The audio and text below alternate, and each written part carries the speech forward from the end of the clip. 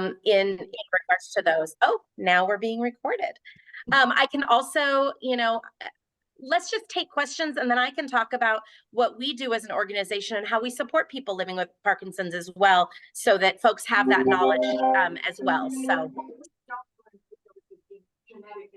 oh, that's right. We talked about the genetic aspects. So I will kind of talk a little bit about that at first. The question was, do we know what causes Parkinson's? And the short answer I said was that no, we don't know exactly what causes Parkinson's. But there's a lot of research going into that. And there is, what they talk about is there is an environmental component and there's a genetic component. So we've identified some genes, probably 20 or 30 genes that are within the Parkinson's thing.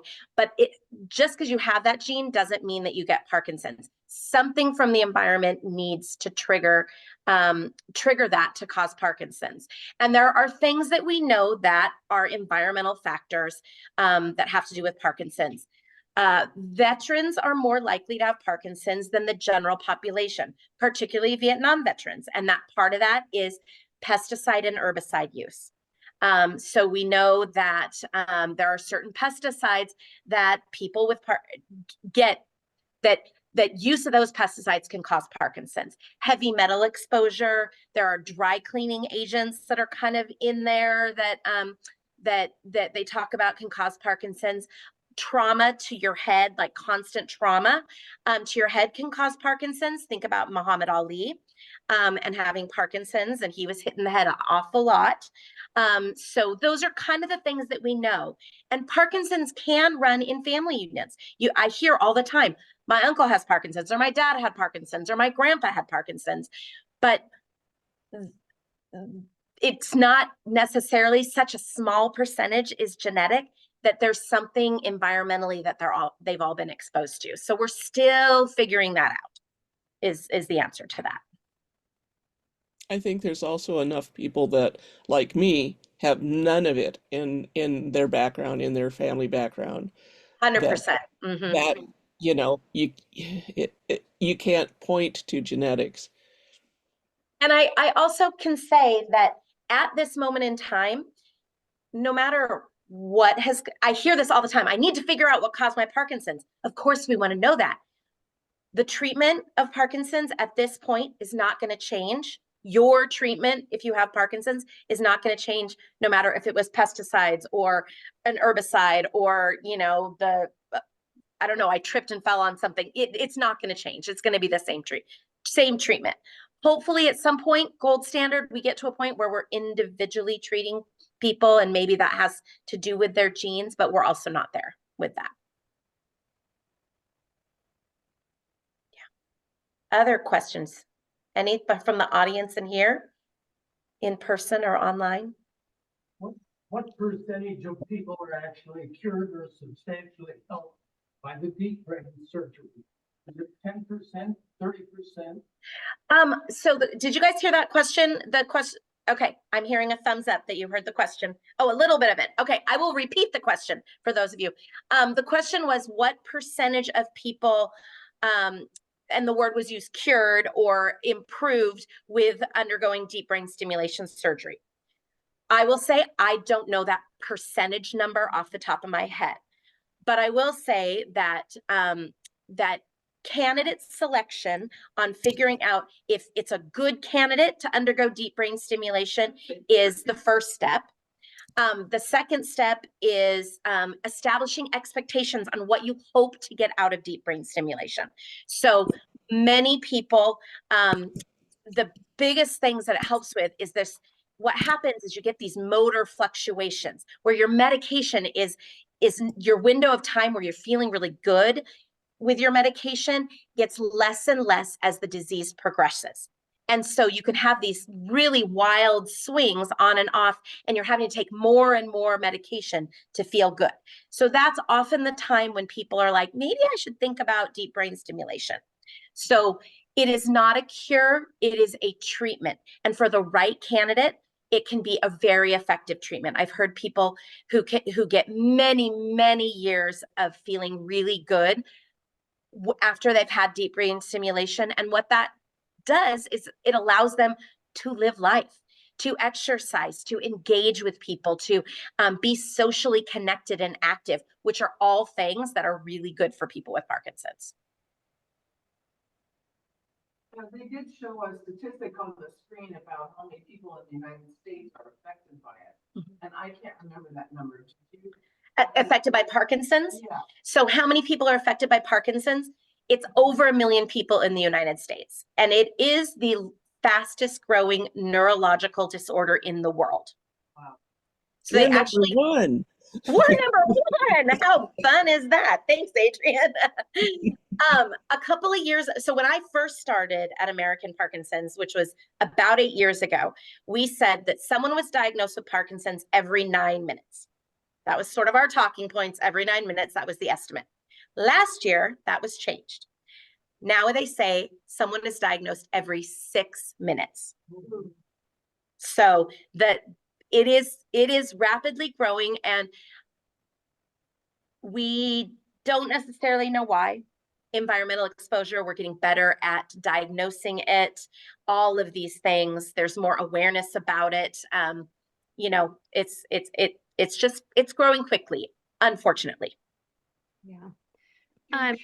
Jen, we do have Becky on here is stating that there was an ad in the Washington Post that said they found a biomarker for Parkinson's. And wondering if you know, what will that do for us, as she has 2 older siblings with it?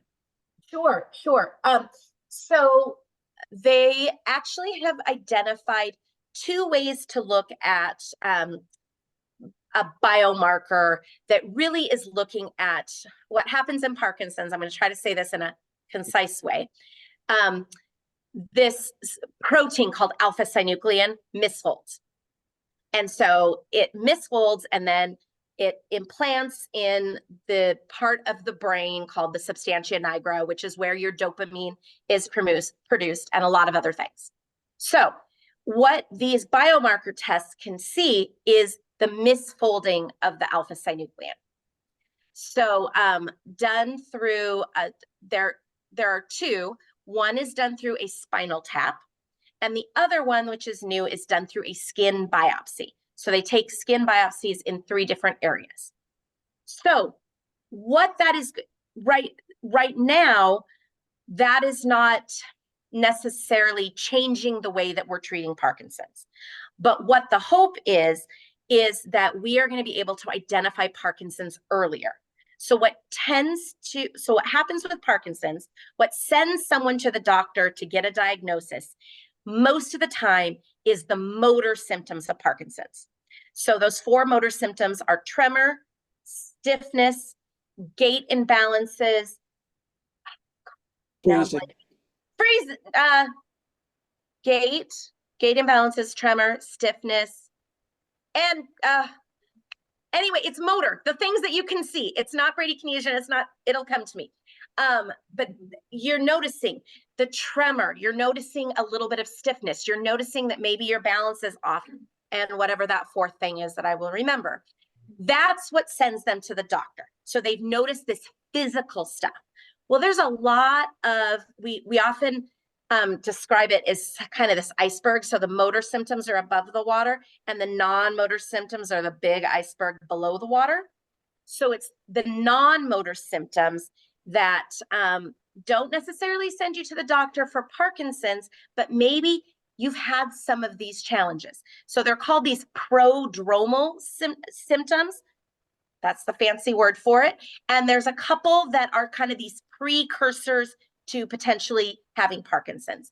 Loss of sense of smell, struggle with depression, severe constipation, and sleep disorder, particularly this thing called REM sleep disorder.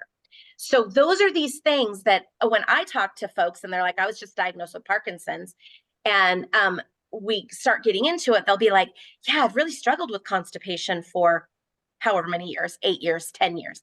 I've had bouts of really severe depression, or wow, I lost my sense of smell 10 years ago. So these things are these prodromal things that with a biomarker, getting back to the biomarker, with a biomarker that if someone has this REM sleep disorder, which means they're acting out their dreams very physically, maybe they want to go get a test to see if they have this misfolding protein so that they can start to do these sort of more exercise, healthy lifestyle. And things that are being studied right now is these things to stop the progression of Parkinson's. So we don't have anything that is going to stop the progression right now. There's a lot of things that show a lot of promise in clinical trials, but we're not there yet. But when something is identified, if we can identify people before the motor symptoms start, and we can start treating them with these things that stop the progression, then that's where the biomarker is going to come in really helpfully. Does that answer that question? Whoever asked that? Yeah, that was great. That was great. Incredibly fascinating. It Also, is fascinating. it is. And another question coming from Becky, is there an upper age limit for DBS? It's a great There question. is not, there's not an upper age limit. It is surgery though. So the older that you get, the more comorbidities exist.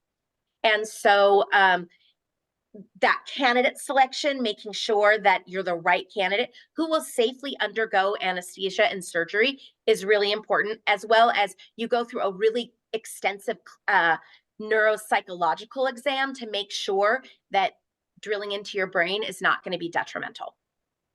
So it's more about your condition versus your age. I was told at one of the workshops that we had up here with a DBS surgeon that usually about 5 years into the 3 to 5 years into the diagnosis is kind of the sweet spot that they look for. So if you're in that kind of range and you're thinking about maybe doing DBS, it's a good idea to start looking more closely into the process. And deep brain stimulation has been around a really long time. And people up until a couple years ago, well, I don't know, 5 to 10 years ago, it was sort of seen as this last ditch thing that you would do when things were really bad. And really, to undergo surgery, maybe you want to consider it earlier rather than later, because then you can do all those things that are so, like the exercise and the movement that are so good, that extend your life and slow the progression, that maybe earlier consideration is better. But you don't do it right away, because you got to make sure you want to make sure that you're giving the medications time, and also to know that yes, indeed, this is Parkinson's. Yeah. So there's a lot of factors that come in. Question. Yeah. Is this a new film that will be shown on public television? Yeah. The question from the audience, which I can't answer, is this a new film? Which it is. It's going to be shown on public television. It is, yeah. It's going to be shown on PBS as part of the Independent Lens series. I want to say it's either late April or early May when it premieres. So you can look it up on PBS. We just got the trailer out. Like everything's kind of coming together for this film that was just released. And we will have one more screening of this on the 27th of March, an in-person screening here in Tacoma. And that is on Eventbrite as well. And some colleagues of Jenn will be there speaking. And we're trying to get some filmmakers / participants there as well. So yeah, if you want to share this, which we hope you do, and in the meantime, we can get a little more of the film background. Jungjin, it looks like you had a question on that specifically. How are the 3 main characters chosen? I agree. It was an excellent film. That's something I'll get this month, being that this film is so hot off the press. I did notice with the 3 main characters, or the 3 participants, that they did choose the one that had DBS. So, years back, one that we saw undergo it here in the film. And then a gal who at least said, she was kind of a no-go and now is facing that question again. So I just thought it was interesting and maybe intentional that there were 3 different people, coming at 3 different places with that in way of a treatment. And Adrian noted in here too, to be very careful about using the word cure, which you already touched on a little bit, Jenn, being that there isn't a cure and DBS is not noted as that, right? It's to treat symptoms. I'm I'm understanding. And that's, I mean, that's the whole piece of, so Parkinson's is a polypharmaceutical approach. There's lots of different kinds of medications that have been, that somebody might take several different kinds of meds to control their symptoms. So the medication is about symptom management. It is not yet about slowing progression or, you know, or it's about feeling better. It's about improving quality of life. Yeah. And there's new things that are being studied and coming on the market. And there's a couple kind of exciting things at the FDA right now that are being looked at for new ways of treating Parkinson's. So that's also very exciting. Are you able to share on any of that, or do you? I can say that the thing that folks are most excited about is so carbidopa levodopa, which was talked about in the film, is the gold standard of treatment. It's been around since the 60s. It is still the best medication out there for Parkinson's, and there's lots of ways that it can be delivered. It can be delivered like through an inhaler. It can be delivered immediate release, extended release. It can be done through like a G tube that goes straight into your small intestine. There's lots of delivery systems. So this new one is a delivery system that is kind of like a diabetes insulin pump that is subcutaneous, so under the skin, that could potentially deliver carbidopa levodopa directly, so it doesn't have to pass the blood-brain barrier. So it would just be this continual medication. So folks are very excited. Trials were very good. They're just looking at making sure that it is safe, it's effective, that it's okay to bring to market.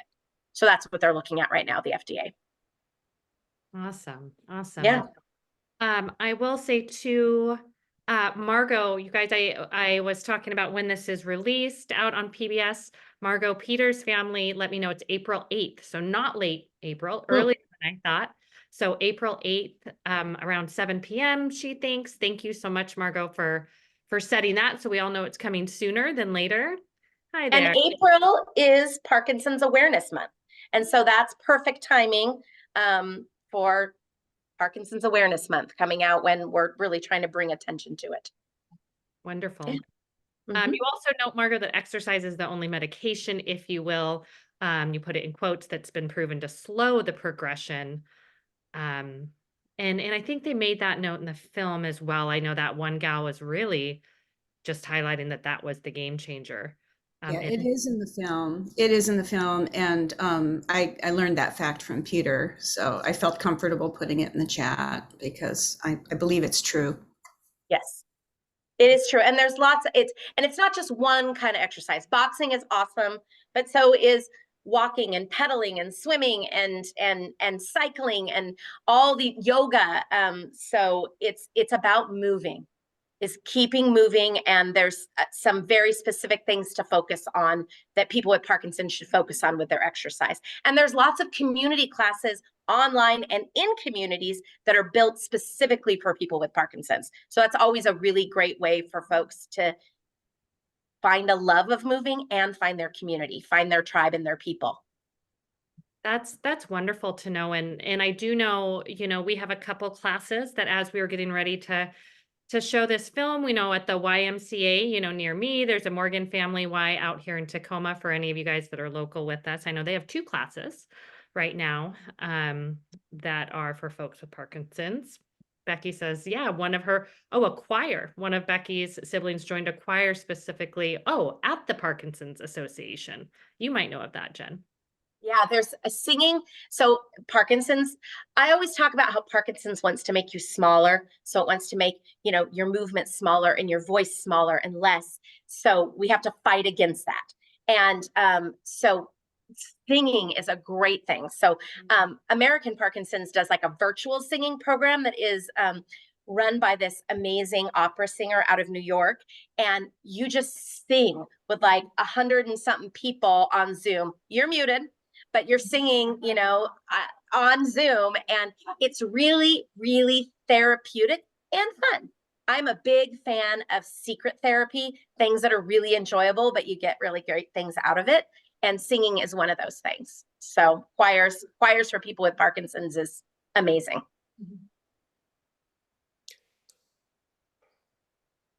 Mama, and now we have children. This is perfect. Hello. And where my question, too, at least before we wrap, which if you guys have questions, please definitely still type those in the chat or speak up. But can we find more of those resources on your website, Jen, or where do people easily tap into those type of things? Yes, yes. So, so I represent the Northwest chapter of American Parkinson's. So American Parkinson Disease Association, it's a national organization that provides resources, education. We fund resource or research for people with Parkinson's. So our chapter, so we have like pockets throughout the country.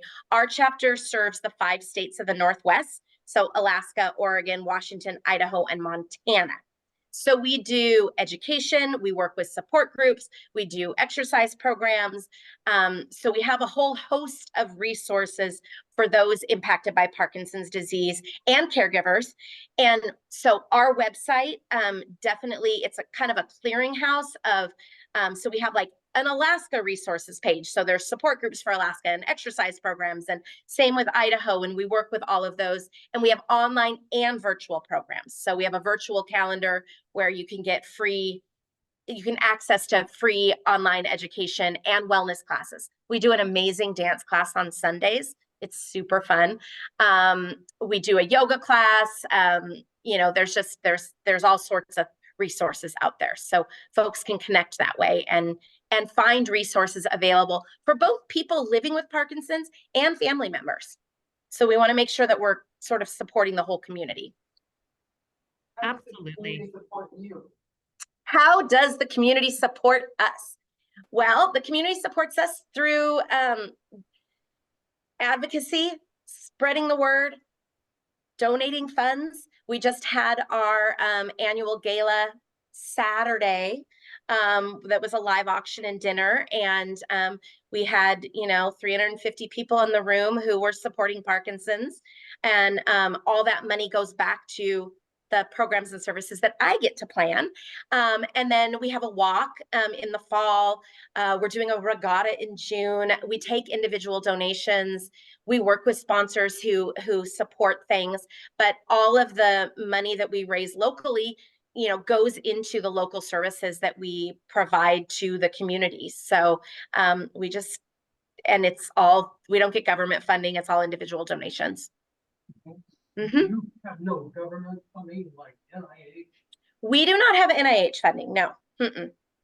We don't get government funding. It's all private funding, whether it's corporations or grants or individual donations. Our chapter in particular, individual donations are a huge thing of what we do, and events like the gala and things like that. So, I mean, the gala is half our budget. So it's a pretty big deal, which we met our goal. So we were very excited about that. Yes. Yes. Yes, Walter. I'm a person with Parkinson's, and you've told right off the bat that every person's journey is individual. Every person is different. But community is so critical, and APDA does a great job of supporting and bringing together community. That and there's a lot of good support groups in our area. Tacoma has a very active support group that I'm a part of. Big Harbor, Olympia, you can find those on the website.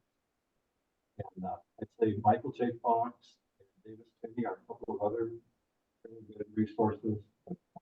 Thank you, and for your report. Thank you, Walter. Thank you.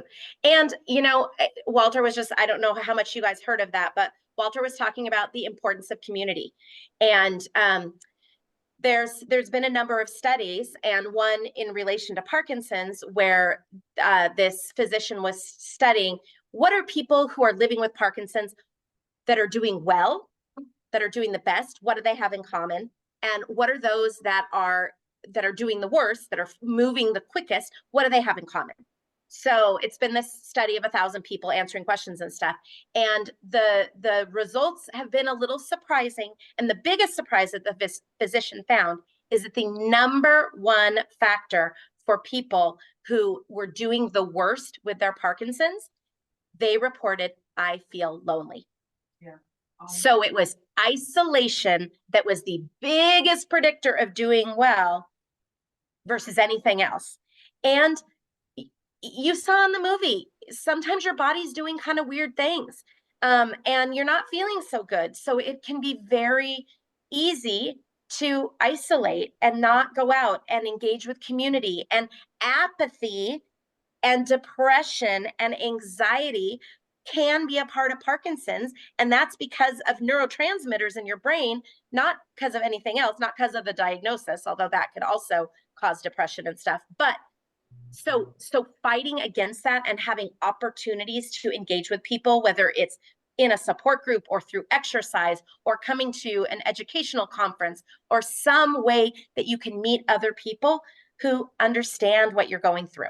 And I think that that's really important and critical. And even if it's not people that have Parkinson's, but continuing to engage with your family, friends, your community, your church, your whatever that is, helps people with Parkinson's a lot. Yes, Walter. And support for your care partner. And support for your care partner. Absolutely. Yes. Because no one that this was not a club folks asked to be part of. And so, but there's pretty amazing people living with Parkinson's. Some of the most inspiring people I've met in my career working in healthcare nonprofit. It's a pretty good club, and we're trying to make quality of life better for all the members of that. So, yeah. Thank you. Thank you for that. Paul Jackson, I see you have your hand raised. Yeah, so I was actually diagnosed with multiple sclerosis back in 1993 when I started grad school. I'm now living in Tacoma. I'm retired. I'm living on SSDI, and I'm wondering about the similarities between Parkinson's and multiple sclerosis. If there are any connections or research or anything like that. So enjoyed the movie. Loving the conversations. It's really, really good. I'm afraid I'm not a good person to ask about that because I don't know a lot about multiple sclerosis. So I'll have to call Uncle and on that question and say, I don't know the answer. I can try to make something up, but I'm not going to. That's fine. All right. Because I'm a member of the Swedish in Seattle multiple sclerosis group. And so I think it's a brain thing. I think they might have another subcommittee that works on Alzheimer's also, or Parkinson's, I'm sorry. And so there might be some connection there. I'll ask around. Yeah. So thanks. I think I sort of talk about these sort of neurological disorders as cousins. Right.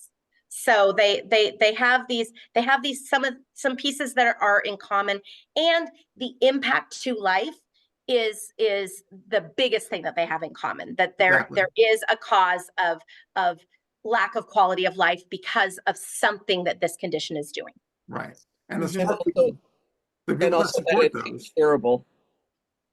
And that it's incurable at this point. Yeah, I think that's a thread that's something that, as far as the connection between the different types of diseases, that's the thing for me as a person with Parkinson's, that, that's the underlying absolute rock bottom of it. Mm-hmm. And that's hard to share with other people because some days you'll have good days. They'll say, oh, I look at you and I don't even know you have Parkinson's, and they think that's a compliment. Right. When it isn't a compliment. Because always you're living with. It's different. So, yeah. Uh-huh. Jen, we do have, and I'll make sure that I send this out in my follow-up, guys, that I will be sending to everyone that registered. But we have someone asking about where they can find information for California. Would that then be on the site and they're going to find the right chapter or region? Yeah. So there is a 1-800 number on the American Parkinson Disease Association website, and those folks know of resources throughout the country. We don't have a chapter in California, but we have information and referral centers, and there are other Parkinson's organizations that are doing things locally in California. So our 1-800 number is the best resource for that. You can always call me at the Northwest chapter. Just because you're not in our state, I'm still going to talk to you and give you resources. But I may try to find you resources, but And what's the number? I wish I knew it off the top of my head. That was 227 something. Right. Those cell phones mess you up. I'm telling you, the same way. So yeah. I'll be sure, Jen, if you don't mind, which I'm sure you don't, I'll be sure to include your guys' website, in my follow-up email. So just to thank y'all, if you guys registered on Eventbrite or with Jana and we have your email there, you'll get a thank you. You'll get her website, some different resources. You're also getting a link if you fill out a survey and let PBS know what you thought of this film. They're doing a $50 gift card drawing. So just a nice little bonus. But I'll make sure that 1-800 number is on there as well. So Jungjin, you can use that, and hopefully that gives you some good information to find what you need in way of California group. Anyone on that side? Yes, I can, Adrian. I will. I'll go ahead and find the Rocksteady boxing group. That was pretty cool. Agree, and I'll link that in the email. And as always, feel free to keep the conversation going. You can always reply to the email and you get us directly at Meaningful Movies. Jen said you could reach out to her. Anyone there that has any last questions, Jen, before we wrap today? Oh, we have one more out here. April 26th, there will be a conference in Parkland / Spanaway / Tacoma, whatever you want to call it. There's actually a flyer on the table behind. So we will have another conference. Yeah, there's one. I'm putting on a conference in Tacoma on April 26th. And I'm also putting a conference on March 16th in the Everett area, if anybody is north of Seattle. So those are the two that we're working on right now. So we try to bring in-person things as well as virtual. Is this your phone number that's on this flyer? That is my phone number on that flyer. All right. Is it the 1-800 number? Or is it our? Yeah, I'll send it out and it'll go in the post event thing. Yeah, I'll do that because I'll find the 1-800 number for those of you who aren't in the Northwest. Yeah. Awesome. Well, thank you so much, everyone here online, which we've dwindled a little bit, but we had a great turnout. It's wonderful to see people from all over the country having this conversation with us. Thank you. And Jen, thank you. Thank you to the people over there at Frank Toby Jones Senior University. I miss seeing their faces today, but thank you, Jen, for being here with us and leading this conversation after the fantastic film. Absolutely. Happy to do it. If you do more screenings, invite us. We're happy to chat. Love to raise awareness. And I will say, I want to put one plug in for a little bit of advocacy. There is a bill in Congress called the Ending Parkinson's Disease Now Act. It passed the House and it is stalled in the Senate. I know somebody just said surprise here, but it is stalled. So I would encourage you to maybe Google that Ending Parkinson's Disease Now Act. Parkinson's disease is the fastest growing neurological disorder in the world. Research funding has been flatlined for about 15 years. And so there is an effort, there is a movement to try to bring some things forward, to try to learn more about the disease, to get rid of it, to advocate for the non-usage of some of the pesticides like paraquat that was just renewed, which just drives me crazy, as something that we can use. But there is some movement to try to mitigate that. And so that kind of advocacy of calling your senators, signing those petitions, things like that, it does make a difference. So keep your eye on that. It is called the Ending Parkinson's Disease Now Act. Perfect. Yeah. I'll include that as well, Jen, on the email, just so it's kind of top of mind for us. And sure. We can work a checklist as we continue to learn and come together on this and, share it out and advocate, which is so important. So thank you. Yeah. Thank you, everyone, for being here. Look for the email. Like I said, join us. Look on Eventbrite or at meaningfulmovies.org. You'll find additional screenings of this and others. And thank you so much for being here. I hope everyone is well. Thanks, everyone. Thank you. I brought